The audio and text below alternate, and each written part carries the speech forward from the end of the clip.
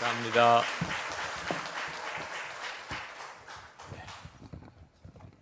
자, 기도하겠습니다.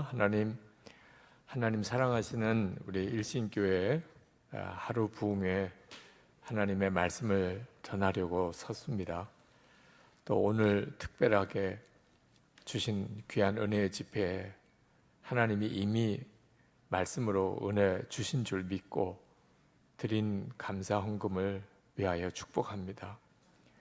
오늘 일신교회 성도들과 또 이 헌금한 모든 성도들의 형편과 처지를 하나님께서 너무나 잘 아십니다.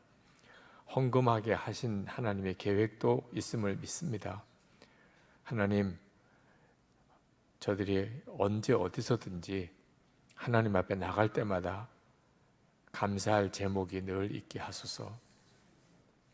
감사드릴 수 있는 힘이 있게 하소서. 그리고 그 감사의 제목이 날마다 때마다 더 넘쳐나도록 주님 역사해 주옵소서. 오늘도 사모함에 갈급한 심령에 주님이 친히 임하시고 또 말씀하시고 주님이 주시는 말씀에 저들의 삶의 문제가 해결되고 기도의 문이 열리고 심령이 살아나는 놀라운 은혜가 있게 하시고 육신의 병든 이들도 고침을 받게 하시고 가정 안의 믿음으로 하나 되고 그리고 육신의 회복도 또 일터의 회복도 주시고 무엇보다 일신교회에 하나님의 부흥을 주시기를 원합니다.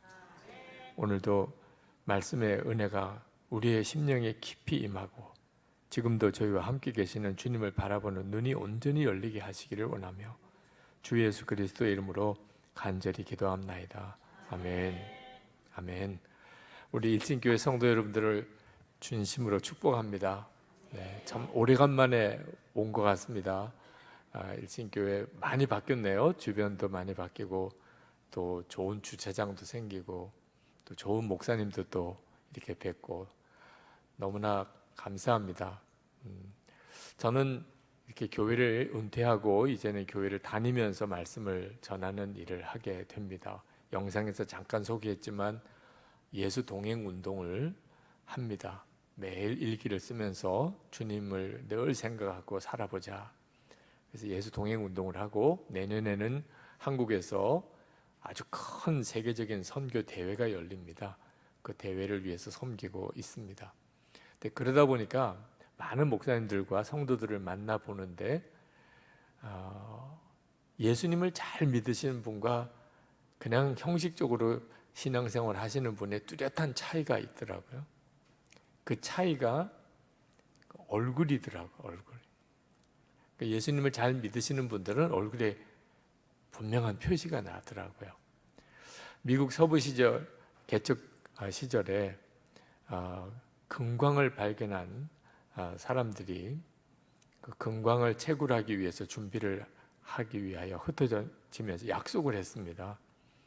어렵게 우리가 금광을 발견했는데 사람들이 많이 알면 그러면 우리가 각자가 얻는 수익이 적으니까 아무도 모르게 우리 흩어졌다가 채굴 장비만 준비해서 다시 모이자고 그렇게 약속을 했는데 다시 모여보니까 사람이 너무 많이 모인 거예요. 그래서 누군가가 비밀을 발설한 것 같아서 다들 마음이 불편한 가운데 있었습니다. 근데 알고 보니까 누구도 비밀을 발설한 사람이 없었어요. 그래서 그러면 이 많은 사람들이 어떻게 왔느냐? 그래서 물어봤습니다. 당신들이 여기에 금광이 있다는 걸 어떻게 알았느냐? 그랬더니 그들이 하는 이야기가 당신들 얼굴 보고 알았죠. 네. 그 얼굴이 뭐 발견한 얼굴인 거예요. 네. 금광을 발견한 사람은 얼굴에서 표시가 나는 거예요. 그래서 저 사람들 얼굴이 왜 저렇게 밝지? 뭘 발견했나 봐. 저 사람들만 따라가 보자. 그러고서 사람들끼리 많이 모였다는 거예요. 제가 아는 목사님 한 분이 전 세계에 좋은 곳을 참 많이 돌아다녀 보았는데 제일 경치가 좋은 정말 좋은 곳이 어딜까 했더니 환한 얼굴이더라 그랬어요. 그래서 그 목사님 말씀 듣고 정말 그렇다 그런 생각이 들었어요. 얼굴이 환한 얼굴이 되는 일이 사실 어떤 경치보다도 더 아름답죠. 예수님을 믿으면 그렇게 돼요. 예수님을 믿으면 사람이 바뀌는데요. 진짜 내가 예수님을 믿게 되면 안 바뀔 수가 없어요. 근데 얼굴부터 달라지기 시작합니다. 제가 김해 어느 교회 부흥회를 갔다가 거기서 마지막 날 이제 집회 전에 그 할머니 권사님, 80이 넘으신 권사님이 꼭 강사 목사님께 상담을 받고 싶다고 그러세요. 그래서 80이 넘으신 권사님이 무슨 상담이 필요할까? 근데 뭐 워낙 간청을 하셔서 저녁 집회 전에 담임 목사님실에서 잠깐 만났습니다. 그래서 권사님, 뭐가 그렇게 상담하실 게 있으세요? 그랬더니 한참을 우세요. 그래서 권사님, 무슨 말씀을 하셔야 제가 상담도 해드리고 기도도 해드리잖아요. 울기만 하시면 제가 어떻게 기도해드려요? 그랬더니 그냥 울음 섞인 목소리로 하시는 이야기가 한마디로 자식도 죽인 어미의 죄도 예수 믿으면 용서받나요? 권사님이에요. 80이 넘으신 분이에요. 근데 자식도 죽인 어미의 죄도 용서받을 수 있냐는 거예요. 기가 막힌 사연이 있으시더라. 일제시대 때 아직도 10대에 시집을 가셨어요. 근데 남편 되시는 분이 징용에 끌려갔습니다. 결혼하자 얼마 안 되고 징용에 끌려갔어요. 근데 그 사이에 임신이 된 겁니다. 근데 그 일제 말에 그렇게 힘든 시절에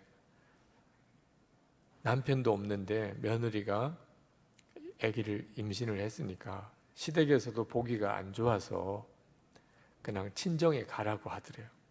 그래서 이제 임신한 채로 친정을 왔는데 친정 식구들은 또 식구가 하나 더 늘은 거죠. 아기까지 가지고 돌아왔으니. 그러니까 친정 식구들도 환영하는 기색이 아니에요. 근데 뭐 갈 때는 친정밖에 없으니까 그래서 거기서 살면서 아기를 낳은 겁니다. 근데 아기를 낳았는데 쌍둥이에요. 그 친정 식구들이 아기 낳았다고 와 보고는 다 고개를 돌리는 거예요. 그 눈치를 왜 모르겠어요. 결국은 그 10대 세대기에 할 수 있는 일은 한 아이에게 젖을 주지 않은 거예요. 그래서 한 아이는 죽은 겁니다. 이분은 평생의 비밀이에요. 누구에게도 이야기를 안 했어요. 그날 처음 울면서 그 이야기를 하는 거예요. 이제 자기가 죽을 날이 가까워온 것 같은데, 그런데 정말 구원받을 수 있을까?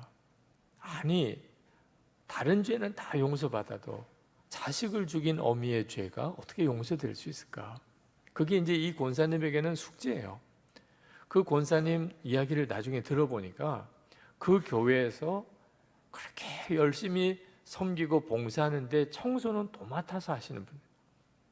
연세 많으신 권사님이시니까 제발 이젠 좀 쉬시라고 젊은 집사님들이 그렇게 말려도 그냥 막무가내요.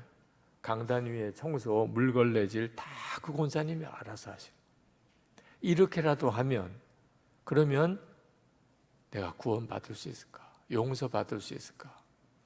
근데 아무래도 마음이 불안하고, 그래서 부흥회 때 꼭 강사님한테 물어보고 싶은, 담임 목사님에게도 묻지 못했던 이야기예요. 강사님에게는 물어보고 싶다고. 그래서 저에게 그 이야기를 하시는 거예요. 얼마나 기가 막혀요. 그래서 제가 그 권사님께, 권사님, 제가 기도할 텐데 권사님이 꼭 고백을 따라 하셔야 되겠다. 제가 권사님께 말씀을 드리면 아멘으로 크게 응답하셔야 됩니다. 그리고는 제가 말씀을 드렸어요. 자식도 죽인 어미의 죄 예수님께서 다 짊어지셨습니다. 근데 따라하지를 못하는 거예요. 울기만 하시는 거예요. 그래서 권사님, 따라 하셔야 돼요. 아멘 하셔야 됩니다. 자식도 죽인 어미의 죄 예수님께서 그 죄도 다 짊어지셨습니다. 한참을 우시다가 겨우 아멘 하시는 거예요. 권사님, 다시 한 번 더 아멘 하세요. 자식도 죽인 어미의 죄, 하나님은 기억도 하지 않으십니다. 이제 울면서 아멘 하시고 한 번 더 하시라고 그랬어요. 자식도 죽인 그 어미를 하나님은 사랑하십니다. 예수님 때문에. 그리고는 그렇게 통곡을 하고 우세요. 그리고 이제 그 권사님에게 손 얹어드리고 기도했습니다. 예수님을 믿으시는 것 같아도요, 아직까지 진짜 예수님을 믿지 못해서 마음의 두려움과 근심과 슬픔과 고통을 가지고 있는 분들이 많으세요. 근데 그날 저녁 집회가 끝나고 담임 목사님이랑 저 입구에서 교우들을 인사를 하는데, 담임 목사님이 저에게 목사님 저기 좀 보세요 그러시더라. 보니까는 그 권사님이 누구랑 이야기를 하고 계신데 환하게 웃으시는 거예요. 그래서 그 목사님이 하시는 이야기가, 내가 이 교회 담임을 와서 저 권사님이 웃는 모습을 처음 보신다는 거예요. 그날 예수님의 그 십자가의 은혜로 용서받았다는 그것이 마음에 믿음으로 붙잡으니까, 그러니까 얼굴 표정이 달라진 거예요. 처음 웃는 얼굴을 보았다는 거예요. 여러분, 우리가 예수님을 믿으면 정말 얼굴이 달라져요. 그래서 사람이 변했다는 이야기를 듣는 겁니다. 주변 사람, 여러분들, 우리 일신교회 성도 여러분, 주변 사람들, 가족이나 뭐 친척이나 주위 사람들로부터 아우 당신 진짜 많이 변했어, 그런 말 많이 들으시죠? 귀찮아 죽겠죠? 너무 그런 말을, 당신 얼굴이 왜 그렇게 환하세요, 그런 말 들으시죠? 네, 그럴 줄 알았어요. 네. 근데 정말 여러분의 얼굴 표정 관리를 잘 하셔야 돼요. 제가 이제 은퇴하고 난 다음에 다 부쩍 깨달은 것이, 사람이 이렇게 나이가 들면은 얼굴에 표정이 없어지더라고요. 그래서 한 번은 어느 분이 저에게 그러세요. 목사님, 오늘 목사님이 환하게 웃으시는 모습을 강단에서 이렇게 보고 너무 보기가 좋았다는 거예요. 그 말은 평소에는 안 웃었다는 뜻이잖아요. 그래서 제가 최근에 제가 저의 모습을 강단에서 찍은 것을 이렇게 쭉 봤어요. 그랬더니 진짜 어느 순간부터 얼굴 표정이 없어진 거예요. 마음에는 그렇지 않은데 이렇게 사진을 찍어놓고 보니까 얼굴에 표정이 없는 거예요. 이건 큰일 날 일인 거죠. 실제로 제가 은퇴하면서 우리 선한목적교회 장로님들에게 부탁드린 게 있습니다. 장로님들, 우리 새 담임 목사님이 이제 43 아주 젊으신 목사님이신데, 젊은 목사님이 제일 힘든 게 뭐냐면 장로님들하고 회의하는 겁니다. 근데 장로님들하고 회의할 때 제가 힘들었던 게 뭐냐면 장로님들이 늘 화가 나 계신 거예요. 아니, 그렇지 않아도 젊은 목사인데 이게 연세 드신 장로님들하고 교회 일을 의논하는데 장로님들이 화가 나 계시면 젊은 목사는 정말 힘들거든요. 근데 나중에 제가 이제 시간이 지나서 보니까 화가 나신 게 아니었어요. 연세가 드시면 얼굴 표정이 좀 없어지시는 거예요. 그러니까 속으로는 좋으세요. 속으로는 아유, 목사님 수고하신다, 목사님 설교에 은혜 받습니다, 목사님 열심히 하시는데 제가 잘 도와드리겠습니다, 그런 마음이세요. 근데 말씀을 안 하시니까 꼭 화가 나 계신 것 같아요. 그래서 회의, 무슨 교회 여러 안건을 이렇게 내다가 장로님들 얼굴 표정을 보고 그냥 접은 게 한두 번이 아니에요.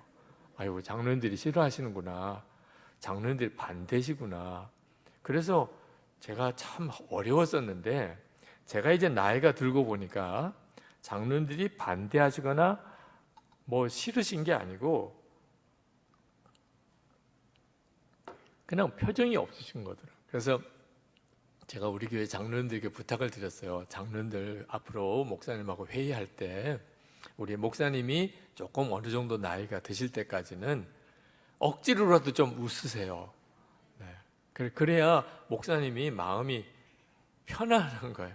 장로님들이 웃으셔야 장로님들이 나를 지지해주고 계시구나, 나를 도와주고 계시구나, 그걸 알아요. 아무 표정이 없으시면 그냥 화난 느낌이 드신다. 여러분, 실제로 여러분의 가족들하고 지낼 때나 또는 다른 사람들을 만날 때나 예수 믿는 사람은 항상 자기 얼굴 표정도 유심히 신경을 써야 돼요. 그래서 화장실에 갔을 때 한번 얼굴을 보세요. 네.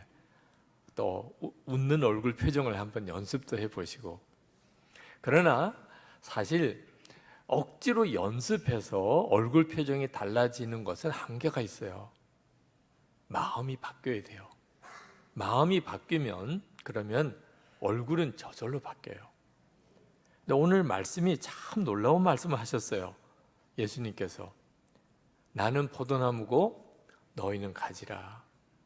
그가 내 안에 내가 그 안에 거하면 저는 열매를 많이 맺을 거라는 거예요. 그러니까 예수를 믿는 사람이 어떤 사람인가를 정확하게 말씀하신 거예요. 그러니까 예수를 믿는다는 거는요, 그냥 우리가 교회를 다니면서 예수님이 어딘가에 계시겠지 이렇게 믿는 게 아닙니다.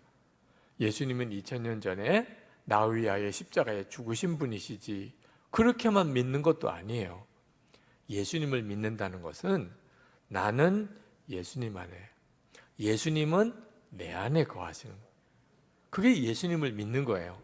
자, 예수님이 내 안에 계시니 당연히 얼굴이 달라질 수밖에 없는 거죠. 예수님이 내 안에 계시니까 사람이 달라지는 거예요. 저는 목회하면서 예수 믿는다고 사람이 변할까? 아닌 줄 알았어요. 저는 아버님이 목사님이고 할아버님도 목사님이에요. 그러니까 어릴 때부터 교회에서 자랐어요. 근데 제가 어릴 때부터 교회에서 경험한 것은 그렇게 싸우시는 거예요. 왜 그렇게 싸우시는지 몰라. 기도도 많이 하시고 성경도 많이 보시고 교회도 열심히 충성하시는 그분들이 왜 그렇게 교회 안에서는 서로 싸우시는지. 나중에 제가 이제 어른이 돼서 목회를 해보니까 교회 어른들이 싸우시는 데는 다 이유가 있더라고요. 그러니까 괜히 싸우시는 건 아니에요. 혹시 싸운 경험이 있으신 분들 다 이유 있으시죠? 네, 괜히 싸우신 거 아니죠? 근데 어린 아이들이나 청년들이 보기에는 그 이유가 이해가 안 되는 거예요. 어떤 이유든지 간에 교회 어른들이 싸우신다. 그게 소문이 쫙 납니다. 집안에 엄마 아빠가 싸우면 자녀들이 그걸 모를 수가 없어요.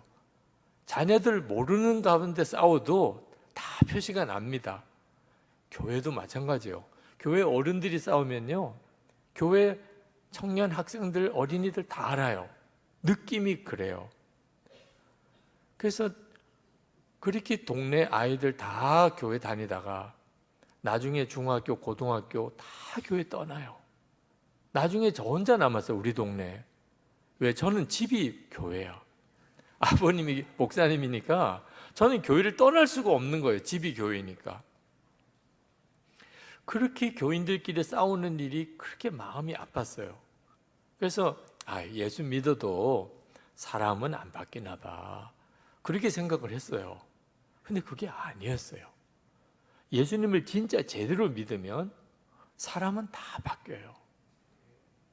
여러분 중에도 예수 믿었다고 다 사람 바뀌겠나 그렇게 생각하시는 분들이 혹 계시다면 제가 한번 물어볼게요. 우리 윤동기 목사님, 담임 목사님이 집에 신방 오면 좋으시겠죠? 오셔서 예배 드려주시고 말씀 주시고 기도해 주시면 얼마나 좋아요. 그죠?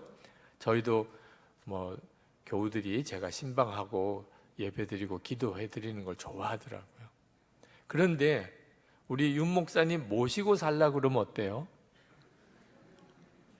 신방 오셔서 예배 드려 주시고 기도해 주시는 건 좋은데 그러고 가셔야지. 계속 우리 집에 사시면 어떻게 하자는 거예요, 그죠? 하여튼 목사님을 도대체 어느 방에 주무시게 해드려요? 또 식사는 또 어떻게 챙겨드려요? 목사님이 계속 우리 집에 사시면 얼마나 힘들어요? 근데 한 가지 분명한 것은 목사님이 우리 집에 와 사시면 우리 집안 생활 분위기가 확 달라질 거는 분명하죠. 그죠? 이제는 뭐 연속극 못 보는 거예요. 네. 담임 목사님 우리 집에 와서 하세요. 매일 예배예요. 매일 예배. 하도 뭐 이렇게 생활 분위기가 완전히 달라지겠죠. 네. 식단도 우리 담임 목사님 좋아하는 식단이죠. 뭐 이제부터는. 자, 생각해 보세요. 담임 목사님만 우리 집에 와서 사셔도 우리 집 생활이 바뀐다. 뭐 그렇게 다 이해가 되시죠? 그렇다면 예수님께서 정말 내 마음에 계시다면, 예수님이 진짜 내 마음에 계시다 믿으세요? 예수님이 여러분 마음에 계신 거 믿으세요? 그게 진짜라면 어떻게 삶이 안 바뀔 수가 있어요? 담임 목사님은 우리 집에 와서 하셔도 집안 분위기가 달라진다면, 예수님이 내 마음에 계신 게 맞다면 생각도 달라질 수, 그렇죠? 마음도 달라지는 거예요. 그러니 그동안에 예수 믿고도 생활이 안 바뀌었다. 그러면 뭐예요? 예수님이 마음에 계신 것은 믿지 못하는 거예요. 제가 어느 자매, 교회에 열심히 다니는 자매와 상담을 했는데 굉장히 똑똑한 자매예요. 미국 유학도 다녀오고 그리고 한국에서도 내노라는 대학에서 박사과정하고 변호사 시험도 합격한 대단히 똑똑한 자매예요. 그 부모님, 권사님 내외분이 그렇게 사실 성실하고 모범적인 삶을 사시고 봉사도 많이 하시고 교회도 그렇게 충성하시는 분이에요. 근데 상담을 하면서 알았어요. 그 자매가 엄마 때문에, 권사님이세요, 그렇게 똑부러지시고 신앙생활 잘하시고 교회 봉사 많이 하시고 그런데도 그 엄마 때문에 받은 상처가 너무 깊다는 거예요. 그래서 왜 그런가 봤더니 딸에게 기대가 너무 커요. 그래서 매사에 딸의 모든 것에 대해서 간섭을 하는 거예요. 그래서 그 자매는 한 번도 마음에 기쁨을 누리면서 자라보지를 못했다는 거예요. 항상 엄마가 시키는 대로, 엄마가 간섭하는 대로, 엄마가 다그치는 대로, 엄마가 기뻐하는 일을 위해 살았다는 거예요. 자기 삶이 없었대요. 어느 날 엄마에게 그 이야기를 했대요. 엄마, 나 솔직히 너무 힘들었어. 지금 변호사까지 된 사람이야. 난 너무 힘들었어, 엄마 때문에. 사실 엄마 때문에 나는 중학생도, 고등학교 다닐 때도, 대학 다닐 때도, 유학 가서도 나는 기쁨이 없었어. 엄마가 원하는 대로, 엄마가 하라는 대로 맞춰 살다가 보니. 그랬더니 그 엄마 되시는 권사님이 얼마나 화를 내시는지. 나는 평생 너 하나를 위해서 살았다. 너 잘 되라고 살았다. 그런데 어떻게 너가 나한테 이런 말을 하냐. 너무 섭섭하다는 거예요. 그러면서 뭐 얼마나 화를 내는지. 그래서 상담을 한 거예요. 여러분, 예수님을 잘 믿는다는 게 뭔지를 잘 아셔야 돼요. 예수님을 잘 믿는다는 게 뭔가? 교회 열심히 다니고 봉사 많이 하는 것도 중요한 일이긴 해요. 그런데 더 중요한 것은 진짜 행복한 것이에요. 자기도 행복하고 가족들도 다 행복하고. 그럴 수 있어야 이 사람이 진짜 예수를 잘 믿는 거예요. 얼굴이 늘 온화하고 밝은 거예요. 어떻든지 다른 사람에게 내가 누리는 행복을 전해주는 사람이에요. 화니 크리스비라고 아시죠? 네, 찬송 작사자예요. 유명한 찬송자. 아마 9,000곡 정도 이상을 찬송 작사를 했어요. 우리 찬송가에도 24곡이 파니 크리스비 이름으로 작사된 곡이 나와 있어요.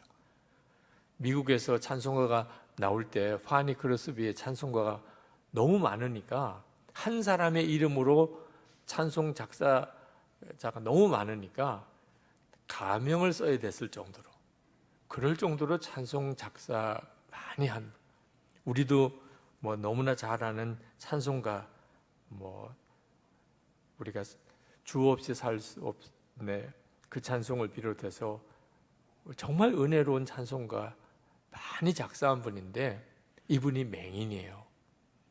어려서 생후 6개월 됐을 때 그때 그가 치료를 잘못 받고 그만 시력을 잃어버렸습니다.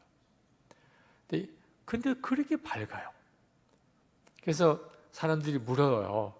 당신은 맹인으로 평생을 앞을 못 보는데 어떻게 그렇게 밝으시냐? 불편하고 힘든 거 없냐?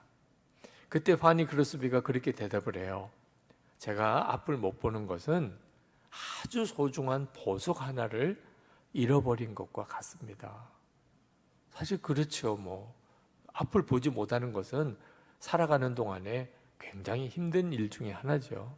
그러나 저에게는 그것 말고도 다른 보석들이 많습니다.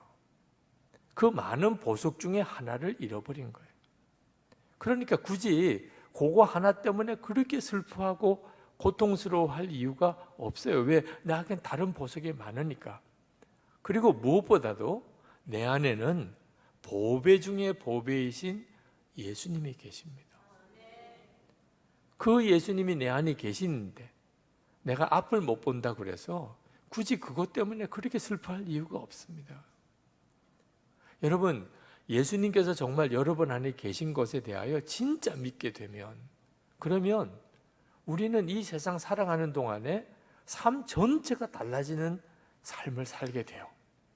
안타까운 것은 예수를 믿으시면서도요, 예수님이 마음에 계신 것을 실제로는 모르는 성도들이 너무 많다는 거예요. 제가 5년 이렇게 일찍 은퇴를 하고 오늘도 주일 오후죠.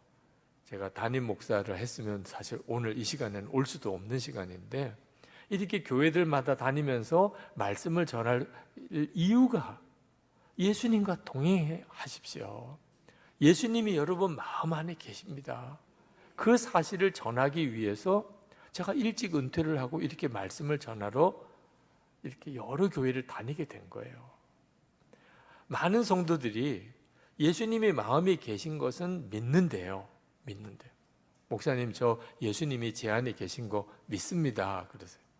근데 이 말은요, 예수님이 자기 안에 계신 것을 안 믿는 것 같은 식의 표현이기도 해요. 제가 여러분에게 한번 물어보겠어요. 여러분 집에 자녀들이 있습니까? 그러면 여러분은 예, 아니요라고 대답하죠. 만약에 저희 집에 우리 자녀들이 있다고 믿습니다. 그러면 너무 이상하죠. 믿기는 뭘 믿어요. 집에 자녀들이 있으면 있다, 없으면 없다지. 뭘 있다고 믿어요. 여러분의 집에 부모님이 계십니까? 그러면 계십니다. 안 계십니다. 그러지. 저희 집에 부모님이 계시다고 믿습니다. 그런 말은 없잖아요. 그죠? 근데 왜 예수님이 내 마음에 계신 것은 계시다고 믿습니다. 이렇게 표현하죠. 계십니다. 안 계십니다. 그래야 되는 거죠. 그러니까 많은 성도들이 애매한 거예요. 예수님이 내 마음에 계시다고 들은 거예요. 그렇게 들은 거지. 실제로 내 마음에 계신 것을 실제로 모르는 거예요. 예수님이 내 마음에 계신 것을 알게 되는 순간에 사람은 완전히 달라지기 시작해요. 아무리 힘들고 어려운 처지에 있어도 예수님보다 더 큰 문제가 있나요? 이건 너무너무 중요한 문제예요. 그러면 왜 예수님이 내 마음에 계신 것을 애매하게 그렇게 믿고 살아가는 건가요? 이유가 있어요. 예수님께서 오늘 말씀에 요한복음 15장 4절에 예수님이 우리 안에 계시는 것보다 먼저 할 일이 있다고 하셨어요. 그게 뭐냐면 내 안에 거하라. 우리가 예수님 안에 거하는 게 먼저예요. 내 안에 거하라. 그리하면 나도 너희 안에 거하리라. 우리는 예수님이 내 안에 거하시는 것만 생각해요. 그래서 계신지 안 계신지 의심하기도 하고, 내 안에 계신데 왜 역사는 안 해주시나, 또 하나님 앞에 불평하기도 하고. 근데 내가 예수님 안에 거하는 것에 대해서는 생각도 안 하는 거예요. 그러니까 우리가 예수님이 내 안에 거하시는 삶을 경험하고 사는 게 어려운 거예요. 여러분은 예수님 안에 거하시나요? 그 생각을 안 해본 분들이 많아요. 나는 예수님 안에 거하나? 예수님 안에 거하는 것은 어떻게 하라는 건가? 물론 말씀 읽고 늘 기도 생활하는 것이 우리가 예수님 안에 거하는 생활이기도 하죠. 그런데 더 중요한 것은요, 우리가 예수님 안에 거한다는 말은 예수님에게 내 삶을 완전히 맡기는 거예요. 저는 예를 들어서 기차를 타고 어느 도시로 갈 때가 있는데 기차에 탔어요. 그러면 기차에 나를 완전히 맡겨요. 그래서 기차가 데려다 줄 때까지 그냥 저는 가만히 앉아 있는 거예요. 비행기를 타고 어느 도시로 가요. 어느 나라로 가요. 그러면 저는 비행기를 타면 그 다음에는 비행기가 알아서 나를 데려다 줘요. 제가 하는 일은 앉아 있는 거예요. 예수님 안에 거하는 것도 마찬가지예요. 여러분이 예수님 안에 거하는 사람인지 아닌지는 여러분 자신을 예수님에게 완전히 맡겼는지 안 맡겼는지에 따라 달라지는 거예요. 여러분은 여러분의 삶을 예수님에게 완전히 맡기셨나요? 그러지 못하는 성도들이 많은 거예요. 예수를 믿고 교회만 다니지 실제로는 예수님에게 자기 자신의 삶을 다 맡기지 못하는 거예요. 오늘 우리 기도하신 장로님께서 나는 죽고 예수로 사는 믿음 갈라디아서 2장 20절을 기도 중에 하나님 앞에 고백을 해주셨는데 너무 감사하더라고요. 이 갈라디아서 2장 20절의 사도 바울의 고백이 대단히 중요해요. 예수님 안에 거하는 게 뭔지를 정확하게 말씀하고 있는 거예요. 사도 바울이 말하기를 내가 그리스도와 함께 십자가에 못 박혔나니 이제는 내가 사는 거 아니요 내 안에 그리스도가 사시는 것이라. 그러니까 내 안에 그리스도가 사시려면 우리가 할 일이 뭐냐 하면 이제는 나는 죽었습니다. 이제는 내가 사는 거 아닙니다. 나는 예수님과 함께 십자가에 못 박혔습니다. 이 고백을 하는 사람이 예수님 안에 거하는 사람이에요. 내 감정, 내 판단, 내 계획, 내 소원 다 주님께 맡겨버려요. 나는 죽었어요. 그 다음부터 예수님이 내 안에 사시는 역사가 그때부터 일어나는 거예요. 그러니까 예수님은 내 안에 계신데 왜 역사를 안 해주시나 궁금하신 분들은 여러분이 진짜 예수님과 온전히 하나가 되어서 예수님께 여러분의 인생 삶을 다 맡겼는지 나는 죽었습니다. 그 다음에 예수님이 내 안에 사시는 거예요. 이렇게 사시는지를 여러분이 돌아보셔야 돼요. 요한복음 15장 6절 예수님께서 이렇게 말씀하세요. 사람이 내 안에 거하지 아니하면 가지처럼 밖에 버려져 마르나니 사람들이 그것을 모아다가 불에 던져 사르느니라. 우리가 예수님 안에 거하지 않으면 우리의 심령은 다 말라 비틀어져요. 여러분 예수 믿고 사는데도 그렇게 교회 다니는데도 왜 그렇게 짜증 많고 왜 그렇게 답답하고 왜 그렇게 죽고 싶고 모든 게 만족이 안 되고 그냥 어디론가 훌쩍 떠나고 싶고 다 못마땅한 사람들밖에 없고 왜 그렇게 되는지 아세요? 여러분이 예수님 안에 거하지 않으니까. 주님이 말씀하셨죠. 사람 때문이 아니에요. 환경 처지가 안 좋아서 그런 것도 아니에요. 여러분이 예수님 안에 거하지 않으니까 그렇게 되는 거예요. 제가 한 번은 어느 교회 부흥회를 갔다가 낮 집회가 끝나고 점심 식사를 하러 목사님이 나를 데리고 나가시는데 교회 그 복도에 집사님 한 분이 무릎을 꿇고 기도를 해달라는 거 거기서.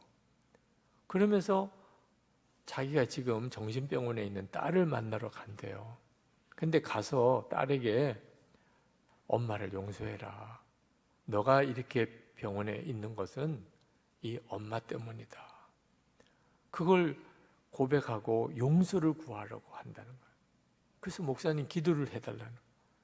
그래서 무슨 사연이 기가 막힌 사연이 있는 것 같아서 식사는 나중에 하고 일단 집사님 무슨 내용이세요? 라고 물었어요. 그랬더니 그 집사님이 하시는 이야기가 참 기가 막혀요. 그 집사님이 자동차 정비업을 하시는 분이신데 사업을 하는 사람이 힘든 일이 많잖아요. 그러니까 늘 힘들고 어려운 일이 많은데 낙이 하나 있다면 고등학교 들어간 딸이에요. 이제 고등학교 1학년 된 딸. 그렇게 이쁘고 말 잘 듣고 공부 열심히 하고 그 딸 때문에 그렇게 사는 게 기쁜 거예요. 근데 그날 저녁에 이제 시동생과 동업을 하고 있는데 그러니 신경 쓰고 서로 마음 상할 일도 많겠죠. 저녁 늦게까지 이제 사업장 정리를 하고 이제 집에 돌아왔는데 밤 11시가 훌쩍 넘었어요. 근데 딸의 방에 불이 켜져 있어요. 이 늦은 시간까지 공부를 하는, 그게 얼마나 기특해요. 그래서 아직도 공부를 하는구나. 그리고 문을 벌컥 열었는데 세상에 그 딸 책상 위에 있는 컴퓨터 모니터에 음란물이 막 거기에 그렇게 보이는 거예요. 기절하는 줄 알았어요. 고등학교 1학년 여자애. 세상에 어떻게 너가 이런 걸 볼 수 있냐. 완전히 아이가 타락한다. 이제는 너 소망이 없다. 너 이제 완전히 끝났어. 그 집사님 생각에는 그날 그 생각밖에 없었어요. 그날 그 딸도요, 얼마나 놀랐는지 그런 음란물을 인터넷으로 처음 본 날이에요. 학교에 친구들이 이야기를 하는데 듣기만 해서는 궁금할 뿐이고 뭘 어떻게 그런 게 있나. 근데 아이들이 가르쳐 줬어요. 너 집에 인터넷 되지? 컴퓨터가 있지? 그러면 요렇게 한번 들어가 봐. 그리고 그날 처음 본 거예요. 아유, 세상에 이 아이도요, 정말 정신이 하나도 없을 정도로 자기도 모르게 그냥 어떻게 중간에 중단을 해야 될 것도 생각을 못할 정도로 그렇게 정신이 없는 동안에 엄마가 온 거예요. 엄마 들어오는 소리도 못 들었어요. 그렇게 보고 있는데 문을 벌컥 열고 엄마가 들어온 거예요.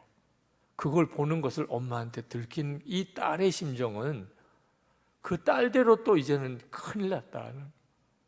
근데 엄마가 밤새도록 울고 야단치시는데 너 끝났다는 거야. 너 이제 완전히 끝났어.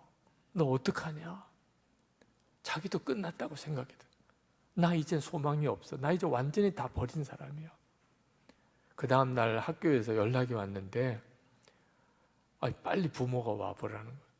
가봤더니 아이가 제정신이 아니에요. 그때부터 정신병원을 다니는데 학교를 결국은 자퇴를 해요. 병원에 입원도 하고 퇴원도 하고를 반복하면서 이제 대학 시험을 봐야 될 해예요.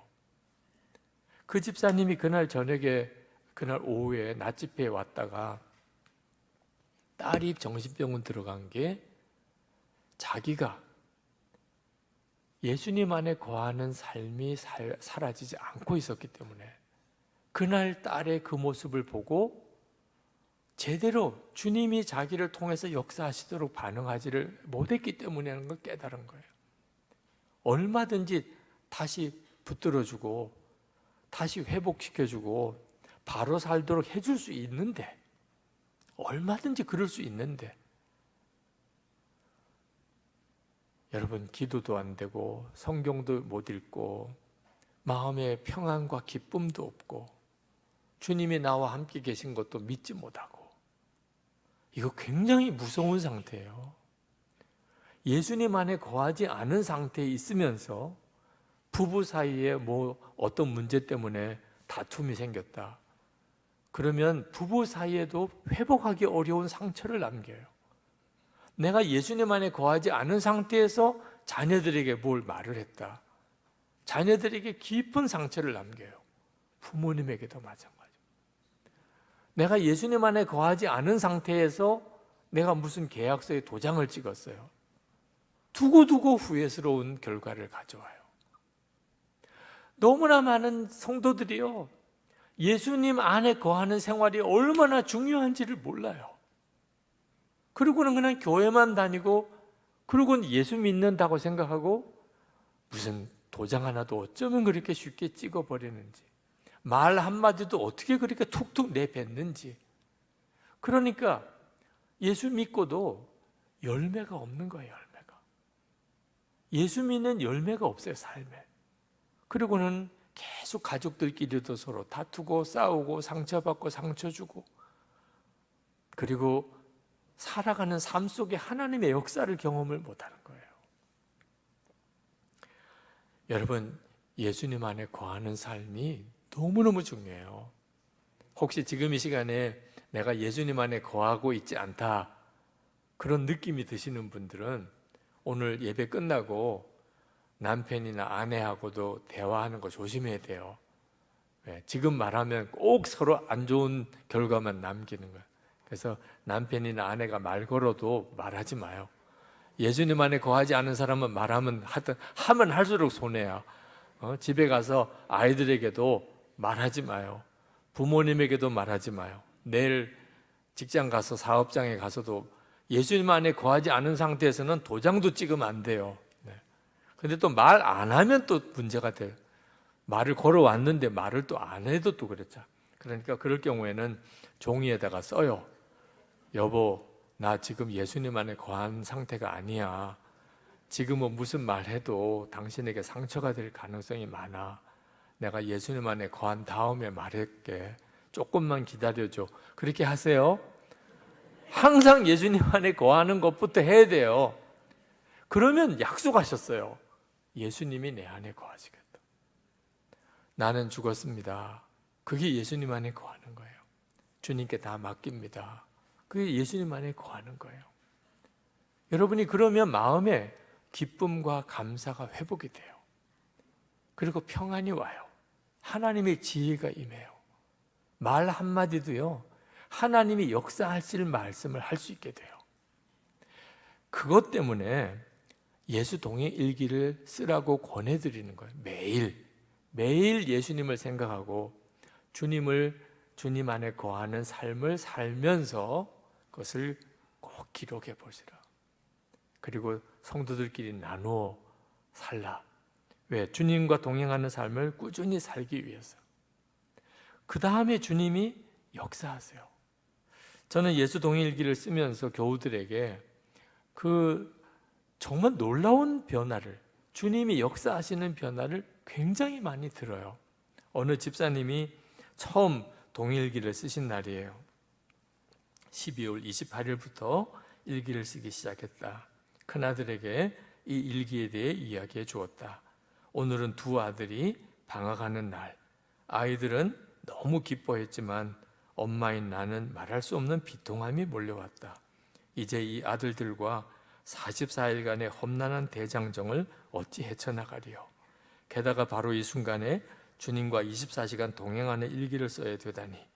일기를 쓴 첫날 정말 기적적으로 아이들의 전쟁터 같은 상황에도 고성과 잔소리는 사라지고 작은 목소리로 타이르거나 야단칠 마음을 참고 지나갔다. 내가 계속해서 주님만 생각해 보려고 집중을 하다 보니 아이들이 호사를 누린 날이 되었다. 큰아들이 다른 때와 다른 엄마를 보고 물었다. 엄마, 그 일기 언제까지 쓸 거예요? 나는 즉시 대답했다. 주님 오시는 그날까지. 정말 나의 바람이자 우리 아이들의 이 간절한 바람이 이루어지길 남편은 더 사모함으로 기도할 것이다. 여러분, 그 집사님이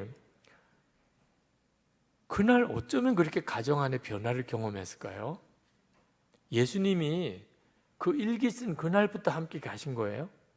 그렇지 않잖아요. 이미 그 전부터 예수님은 그 집사님과 함께 계셨고 그 가정에 같이 계셨어요.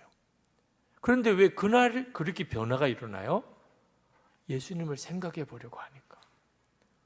항상 예수님을 이렇게 바라보려고, 주님 안에 거하는 삶을 비로소 시작하려고 해보니까 주님이 그 가정의 분위기를 그날 그렇게 놀랍게 바꾸시는 거예요.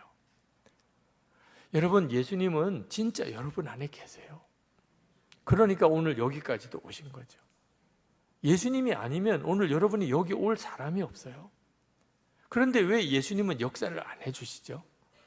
우리가 예수님 안에 거하는 생활을 여러분 정말 소홀히 생각하면 안 됩니다. 진짜 예수 믿는 삶이 거기서부터 시작이 돼요. 지난번 우리 코로나가 막 확산될 때 조금 형편이 좋아져서 해외 여행도 나갈 수 있고 할게 될 때 단기 선교를 처음 떠났어요. 그때 우리 부목사님 한 분이 파라과이 선교팀을 데리고 단기 선교를 갔는데, 떠날 때 코로나 감염되지 않도록 간절히 기도를 하고 갔는데, 세상에 돌아오는 여정에서 비행기를 이제 타려고 코로나 검사를 하는데, 권사님 한 분하고 이 목사님이 코로나 감염이 된 거예요. 그러니 다른 일행은 한국으로 들어올 수 있었는데 목사님하고 권사님은 파라과이에 그냥 묶였어요. 그래서 이제 음성이 나와야 비행기 편을 타고 돌아올 수 있게 되는데, 참 목사님은 너무너무 마음이 심란해요. 왜? 돌아와서 해야 될 일이 지금 너무 많은데 거기에 이제 감염이 돼서 권사님이랑 같이 지내는 동안에 너무너무 마음이 힘들었어요. 근데 그 목사님의 일기예요.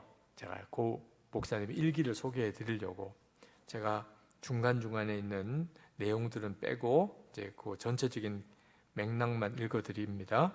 귀국길에 약국에 가서 코로나 검사를 진행했습니다. 그런데 이게 웬걸 저와 남자 권사님 한 분이 양성이 나왔습니다. 마음이 복잡하고 조급한 생각으로 난감하지만 지금 이 순간에 주님께서 제게 원하시는 것이 있을 것이라는 생각을 했습니다. 계속 자가 키트 검사에서 양성 반응이 나오고 언제 음성이 될지 알 수 없으니 비행기 편을 예약하는 일도 답답한 일이 됩니다. 무엇 하나 확정된 것이 없고 불안정하게 시간은 자꾸만 흐릅니다.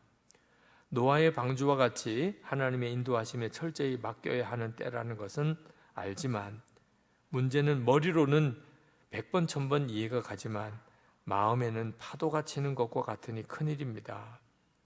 그런데 오늘 권사님과 함께 지내면서 권사님 혼자 남겨지셨다면 참 큰일이었겠다 싶은 마음이 갑자기 들었습니다. 주님이 깨닫게 하신 것 같습니다. 그 권사님과 코로나 같이 걸린 것이 얼마나 다행인가. 목사인 제가 함께 있으니 그 권사님은 큰 위로를 받으시는 것 같습니다. 오늘 오전 자가키트 검사에 다시 양성 반응이 나왔지만 마음에 큰 어려움은 없었습니다.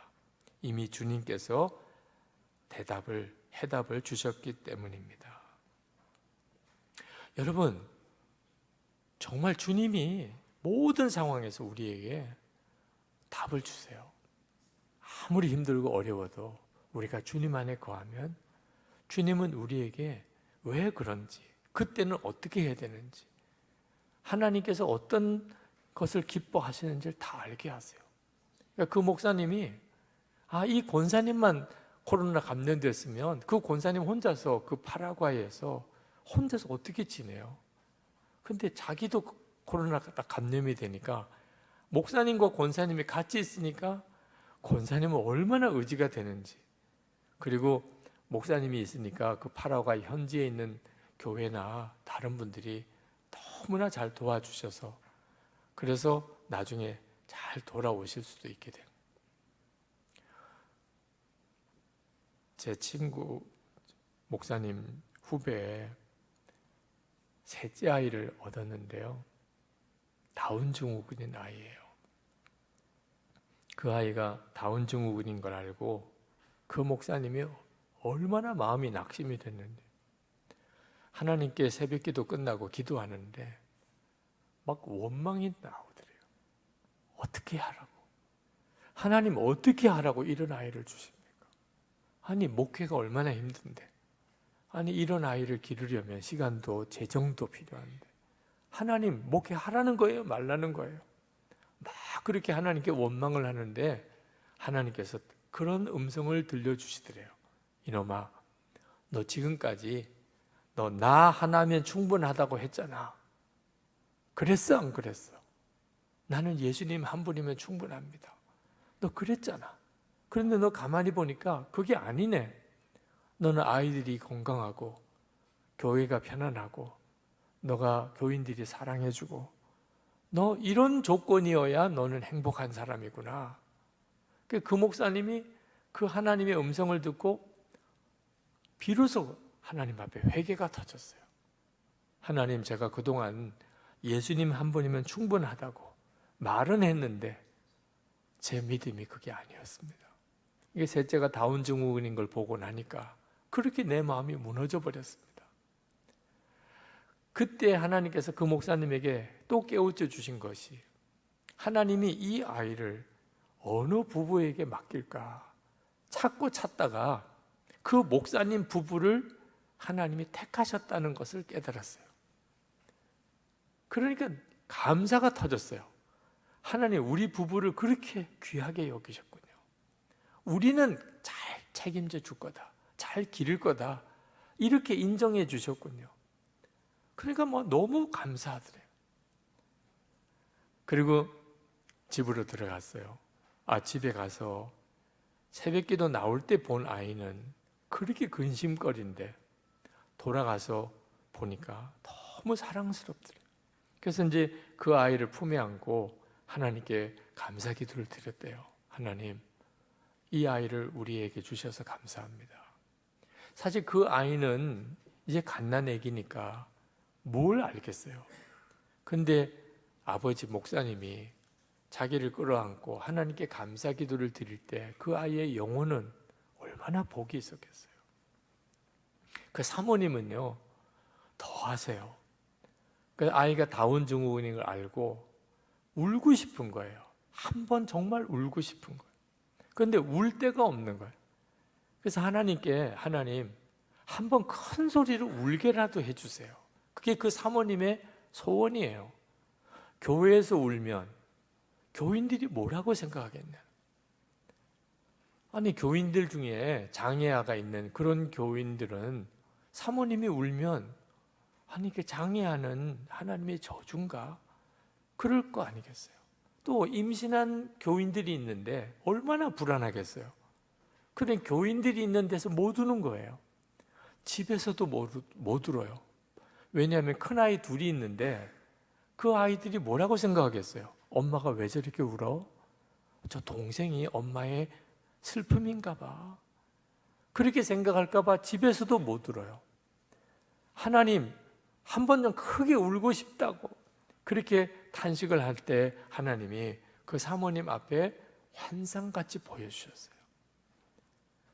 큰아이가 7살 때 선물을 하나 사줬는데 자기에게 마음에 안 든다고 그걸 벽에다가 내동댕이 치고 막 발버둥 치면서 자기 원하는 거 사내라고 그렇게 떼를 쓰는 아이를 어떻게 달래야 될지, 좋은 거 사줬는데 자기 마음에 안 든다고 떼를 쓰는 아이를 어떻게 해야 될지 쩔쩔매는 그 모습이 환상같이 보여요.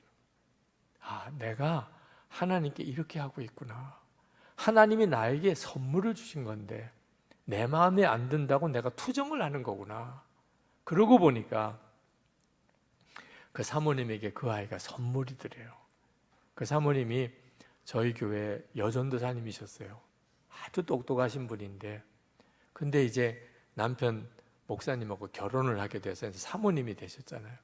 그 사모님이 기도하면서 당신이 이제 사모가 되었으니 교인들을 잘 사랑으로 품어야 되는데 자기는 사랑이 부족하다고 느낀대요. 그래서 하나님께, 하나님, 제게 사랑을 주세요. 이 아이가 딱 그 응답이더래요. 이 아이가 하나님이 나에게 사랑을 길러주기 위해서 주신 아이구나. 또 하나가 자기는 늘 천국이 있다고는 믿지만 천국 소망이 분명한 그런 답답함이 있대요. 천국 소망이 자기는 너무 애매한 거예요. 그래서 하나님께, 하나님, 제게 소망의 눈을 열어달라. 근데 이 아이가 이 세상의 전부가 아니고 하나님의 나라가 있음을 바라보게 만들어주는 정말 귀한 아이라는, 하나님이 자기에게 꼭 맞는 아이를 주셨다는. 그 아이를 데리고 제 교회 사무실에 찾아오셨어요. 목사님, 우리가 셋째 아이를 낳았는데 축복기도 받으러 오셨다는 거예요. 그래서 제게 아이를 이렇게 안겨주는데 보니까 생김이 좀 독특해요. 근데 그 사모님이 그래요. 목사님, 다운증후군이래요. 나는 다운증후군이 뭐 좋은 건 줄 이렇게 생각이 들 정도로 너무 밝게 이야기를 하시는 거예요. 사실 그냥 정상적이라면 걱정거리가 많은 쫙 가라앉은 목소리로 목사님 다운증후군이래요. 뭐 이래야 분위기가 맞을 것 같은데 어째 이렇게 밝나? 그러면서 이제 그 이야기를 하는 거예요. 남편 목사님에게 자기에게 하나님이 그동안에 이렇게 마음과 생각을 바꿔주셨다고. 그 아이를 안고 기도하는데 그렇게 눈물이 나요. 그 교회 부흥회를 갔는데 온 교인들이 그 아이를 사랑으로 잘 돌보는 모습을 보고 그것도 너무 신기하더라. 여러분, 우리 안에 오신 주님은 정말 분명한 실제이세요. 우리가 예수님 안에 정말 거하면 주님은 우리 안에 거하시고 우리가 어떤 처지와 형편에서도 우리의 삶을 바꿔내세요. 여러분, 우리 일신교회 교우 여러분, 또 오늘 부흥에 오신 여러분 모두가 다 예수님과 정말 온전히 하나 되는 그런 믿음의 삶, 예수님과 동행하는 삶을 살게 되기를 축복합니다. 우리 이 시간에 같이 합심해서 기도하겠습니다. 주님, 제가 주님 안에 거하기를 원합니다. 예수님께서 제 안에 계신 증거가 너무나 분명하기를 원합니다. 이젠 나는 죽고 예수로 사는 자가 되기 원합니다. 이 시간에 제 마음과 생각을 주장해 주시고 제 안에 주님을 바라보는 눈을 열어주시기 바랍니다. 우리 주여 한번 부르짖고 기도합시다. 주여!